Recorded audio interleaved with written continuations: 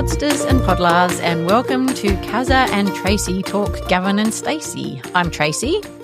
And I'm Caroline, but for purposes of this podcast, Cazza. For this podcast only. Yeah. And we are here to talk about what's occurring with the Gavin and Stacey Christmas special in 2019. Was it? I think it was 2019. Yes, it was. Okay. So this was a bonus for us, this episode, a Christmas gift we didn't know we would be given. And let's begin with Tracy's Tracy. So 9 years have passed since the end of Series 3, and unlike the previous Christmas special that came between Seasons 2 and 3, we get a bit more plot and narrative as we get caught up on the last 9 years. Gavin and Stacey have 3 children. Smithy and Nessa seem to have worked their co-parenting issues out, and until 11 months ago have been having sex every second Friday. Not coincidentally, Smithy has been in a steady relationship for the last 11 months, this time with Sonia. None of the others have met Sonia yet, but she'll be joining them all in Barry on Christmas night. Smithy also lets Gavin know that he's planning to propose to Sonia, or at least to give her a ring. Smithy and the Shipmans arrive in Barry, where Bryn is making preparations for the Christmas dinner he'll be serving for over 13 people. Everyone's down to the Dolphin for Christmas Eve, where Nessa and Bryn take part in their biannual tradition of singing Fairy Tale in New York, and Bryn has one too many archers. In a surprise to pretty much no one, on Christmas morning we see Smithy and Nessa wake up in bed together. There's cooking, presents, Bryn's Christmas lunch is a triumph, and then Sonia arrives. She observes Christmas unfolding in a state of continual bewilderment until she fakes her mother's sickness and leaves. As Sonia drives off into Christmas night, Smithy turns to go back inside, where Nessa is waiting with a cigarette, and we end in the now iconic cliffhanger as Nessa proposes to Smithy. That's the basic plot points, but it's an hour episode and there's lots of fun scenes. So what was this Christmas special about for you? I felt like it was that they were tying a bow underneath the whole series. You know, that they hit a whole lot of things that make this series great. You know, they've got the joyous song, they've got the crazy Christmas with all those little stories that happen in a Gavin and Stacey episode where, you know, you forget your Christmas puddings and then you get so drunk that you forget your replacement Christmas puddings. There's a Dawn and Pete drama. There's stupid presents from Nessa. And then it was also like the catching up with their lives, what's happened with their lives. So it was like, we're giving you the Christmas hamper of Gavin and Stacey, the series, and here's a big bow on it, and enjoy your present. But then they did leave it on a cliffhanger so that there was room, should they want it, to come back. I liked the way that it was sort of a standalone, but brought us up to speed on the last 10 years. And I thought, I don't necessarily need another episode to find out what's happened next, but I am really looking forward to it just because you're right. It was a big present tied up with a Christmas bow, and I just love the characters and I love spending time with them. Yeah. And Christmas really epitomizes the kind of, well, the sense of Christmas is perfectly aligned with the general vibe, I guess, of Gavin and Stacey. Yes. So it's not all that families coming together, and you know, it's interesting in this one how blended they are. This whole show really started off as a culture clash, and by the end of it, they're so blended with each other that it takes the outsider Sonia walking in and going, "What do you mean you're giving everyone a tap for Christmas? What's that mean? Is this a joke? What's this fishing trip?" You know, and it's so. And we are also blended with it as well. We just know that Dawn and Pete are going to do that, and so that was. I thought that was an interesting plot device, is giving them that outsider view. It was really good because you're right. She was sitting there, and then she'd say, "Is this a joke?" And everybody'd be like, "Don't, just go with it." So it's not actually that long ago since we had this episode, not compared to the original series, but we have had a whole pandemic in between. Yes. So how did you feel rewatching it after this particular time had passed, even if just as a nod to that, do you think that the pandemic stuff will get a mention in the next special? I was wondering this today. I don't want to see anything ever set in the pandemic anymore. I don't want to revisit that whole trauma, but I do love hearing people's take on it, you know, that this is how we coped or this is what we did. There'll be throwaway lines at the very least. I don't think you can really write anything anymore without a reference to it because it's part of our shared knowledge. Yes. So you can't pretend it didn't. So there'll be some. Yeah, I hope so. Yeah. It would be crazy not to, but I just my brain went down a little rabbit hole about how they would have coped, who would have joined the conspiracy theorists, and like all of them probably. Yeah. Yeah. I mean, it is a little time capsule just in that it was right before the pandemic. Yeah, I think there'll just be references, but no big. So what about the characters? Did you see any changes or developments in any of the characters? Okay, so something that when I rewatched it, I went, oh, I don't think I'd really taken that in, that Smith and Nessa had a kind of a relationship, that whole, not just a parenting, they were having sex every second Friday, which for whatever reason I hadn't really taken in. And there's that sort of the whole comfort, and that Neil, the baby, is so used to sort of walking in and finding them in bed together. He's just happy about it, all that sort of stuff. I'm exactly the same. That's what I was writing down, that they've really mellowed, not only in their attitudes to each other, but also to themselves. They've got this genuine respect for each other. They clearly enjoy each other's company. They're proud of their parenting and of their child. And when I was watching this episode, I was surprised to see how utterly I was convinced at the end of it by Nessa's declaration of love. Because I think that while I've been rewatching it, I've been thinking that her proposal to Smithy was out of character, and I was almost feeling a bit disappointed that they'd taken it to that place. But actually, when I was watching it again, I thought it was outstanding. Her really beautiful, gentle reminder to him as Sonia drives off that he doesn't need to change to suit other people.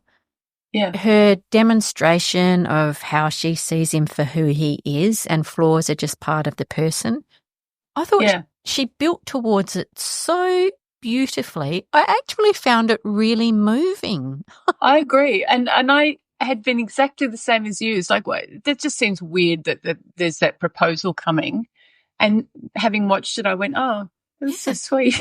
It was really good. Yeah. So now I am more curious about what he says. I still don't need them to be married or anything. In fact, how they represented their relationship in this was almost perfect to me.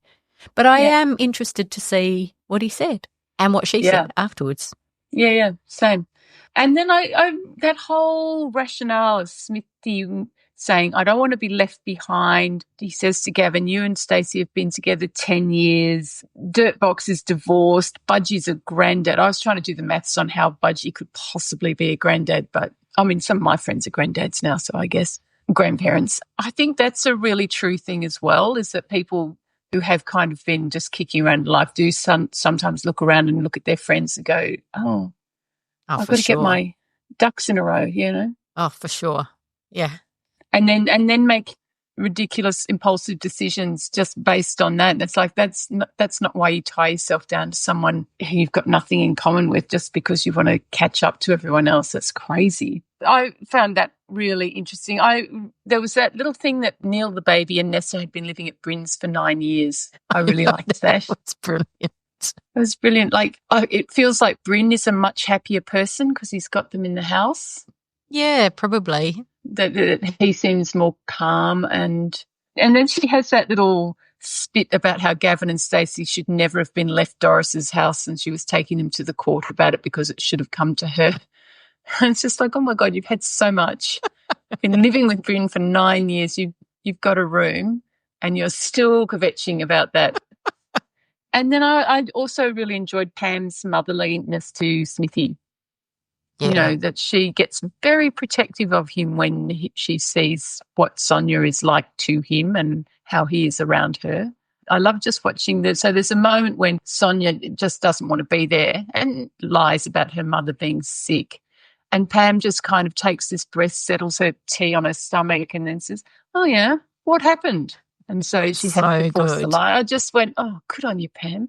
And, oh, my God, I also just really, really loved when they go out of the room to talk, Sonia and Smithy, Pam's immediately muting the television so they can hear what's going on.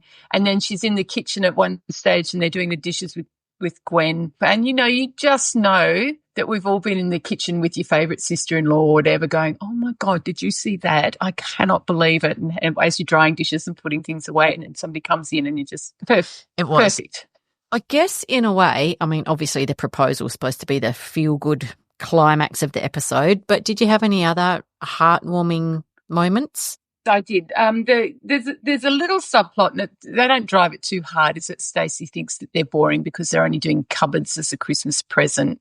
She says to Gavin when she gives him the matchbook, I don't want us to stop being Gavin and Stacey. She's lost in that momentum of being a parent and suddenly being mum and dad. And I thought that was lovely. I really liked that. And I liked that they ran off to have a little shag. The proposal was one thing, but that was the standout for me.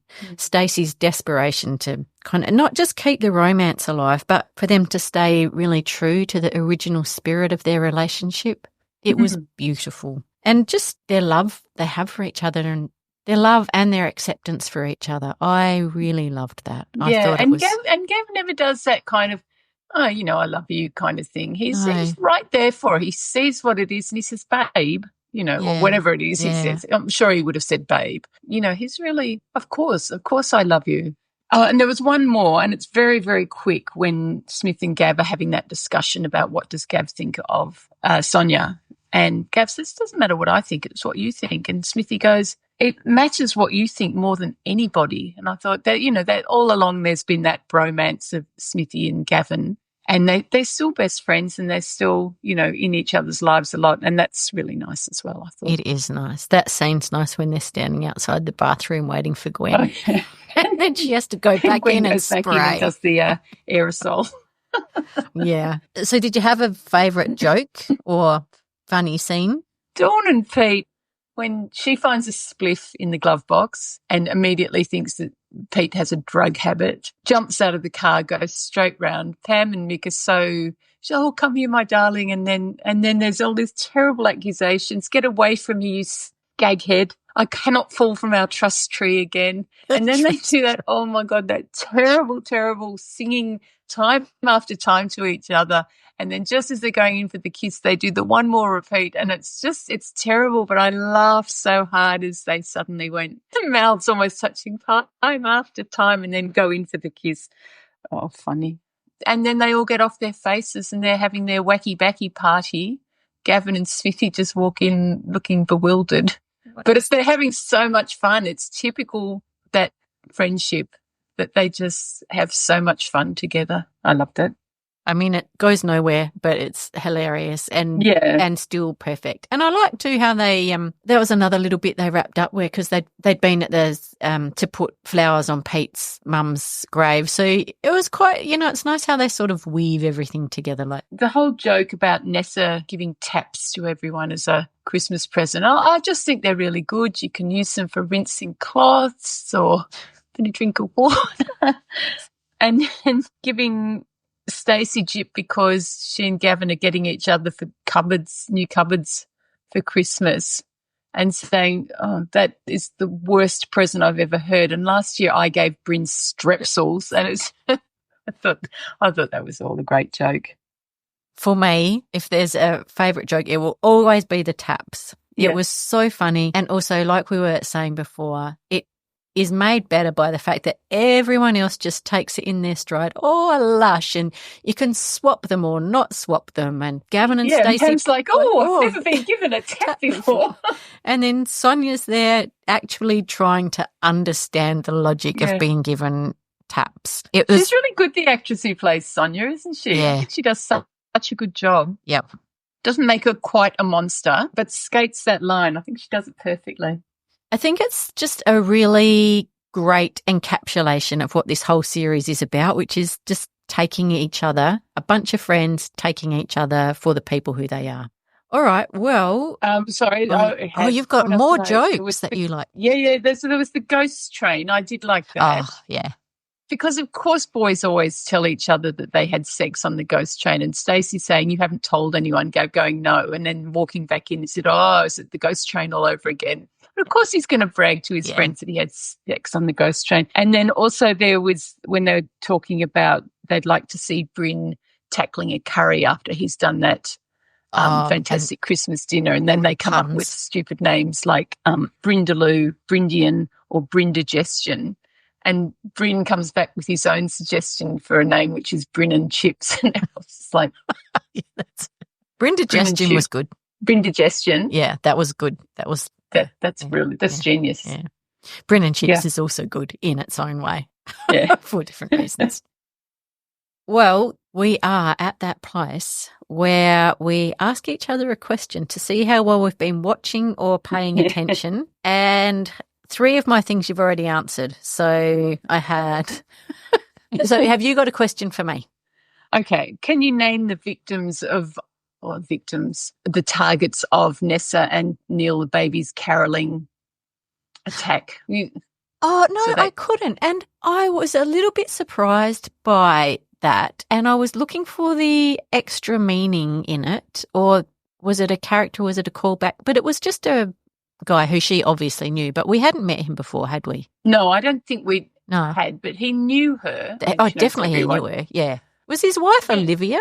No, his name was Emlyn.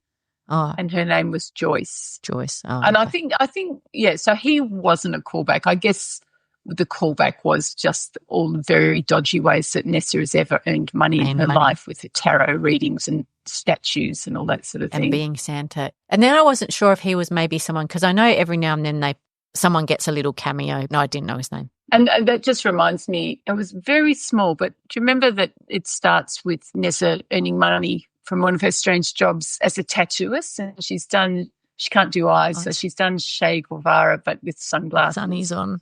And then Stacey says, I thought it was Des Lynam. And that meant nothing to me. I've got no idea who Des Lynam is. But then I looked up a picture of him, and with those, he has got those sort of glasses and eyebrows. And I went, oh, my God, it actually does. That tattoo does look like Des Lynam. So it was a very good joke if you knew who Des Lynam was. We got to do the research down here on the other side of the world. Well, I didn't know who Des Lynam was either, to the point that I've written down Ed Lynam, and that was my question for you. And I don't even know. I'll try one more. It was, who were the bouncers at Vodka Revolution the night that Smithy went? It was the children. I think it was Dirtbox's children. It was Chinese Alan's kids. But Chinese Alan. Yeah, I would give you that point.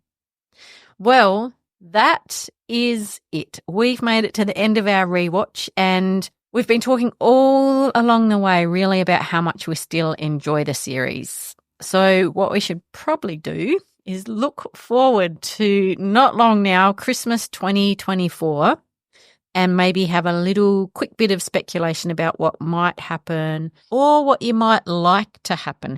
There's definitely got to be a song. I hope it's Nessa and Bryn singing it, but I'll take anyone singing it. I definitely want a song.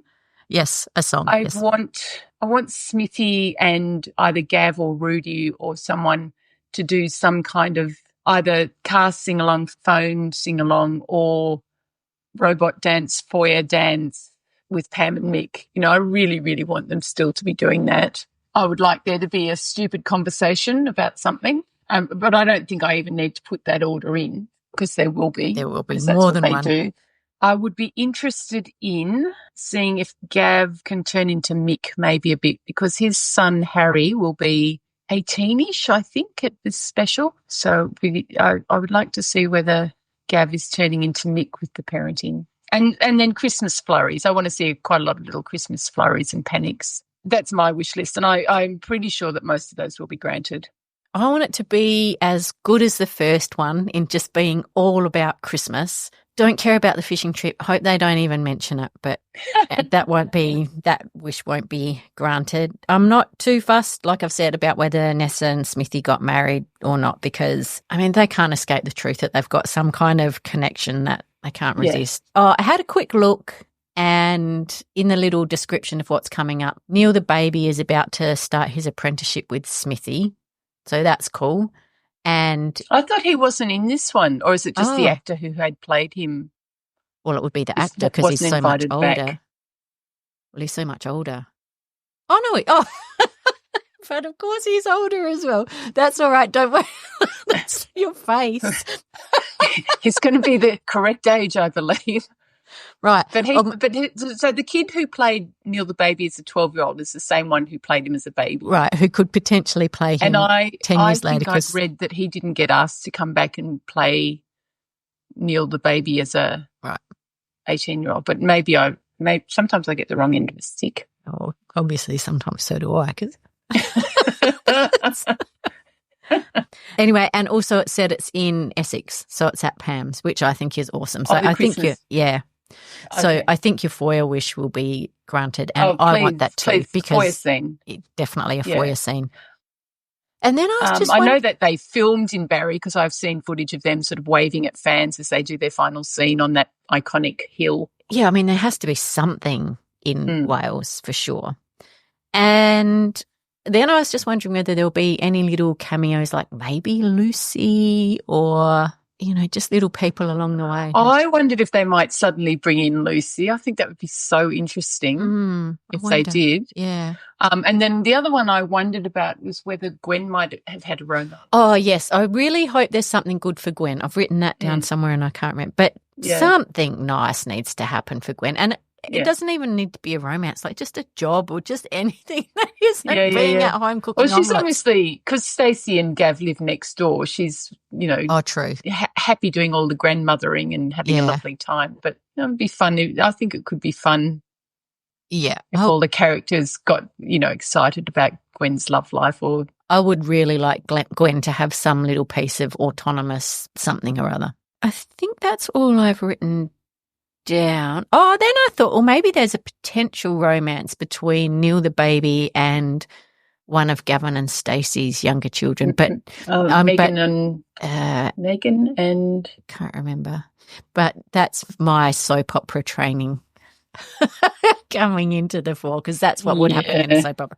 We don't really need that. One thing I do know is that because it's not like a soap opera, I'm not going to look for spoilers, and I'm not going to spend, like last year on Christmas Day, or no, the year before on Christmas Day, I spent quite a lot of late Christmas Day looking up spoilers for EastEnders because it played on Christmas Day in London and we weren't going to get it till 2 weeks later. But I'm not going to do that with this because I just want it to be, like you say, for that, it's like a big present under the tree and I just want to look forward to it. And I think we'll probably, I mean, if it's like last time, we'll get it on iView on Boxing Day or whatever. I'm just going to look forward to that all Christmas Day. Yeah, I'm looking forward to it as well. Well, that has been a lot of fun. Thank you for watching all of that along with me, Kazla. That's been excellent. Yeah, thank you, Tracy. It's been really fun, and it's been good having a proper think about it as well, rather than just sort of half watching with your phone, just going, I see what they did there. That was really clever. And I've seen some of the publicity stills. This is very niche, but I'm quite interested in celebrity hair. And so when the Christmas special came back, I went, Rob Brydon has definitely had a hair transplant in that, because he's got a very luxurious thatch in the Christmas special, which was thinning noticeably. And I think that's just, he hadn't gone completely bald. So I don't think that Bryn has had the hair transplant. It's obviously the actor. And then I'd seen the pictures of of the publicity stills, and they're still giving Ness that black bob wig.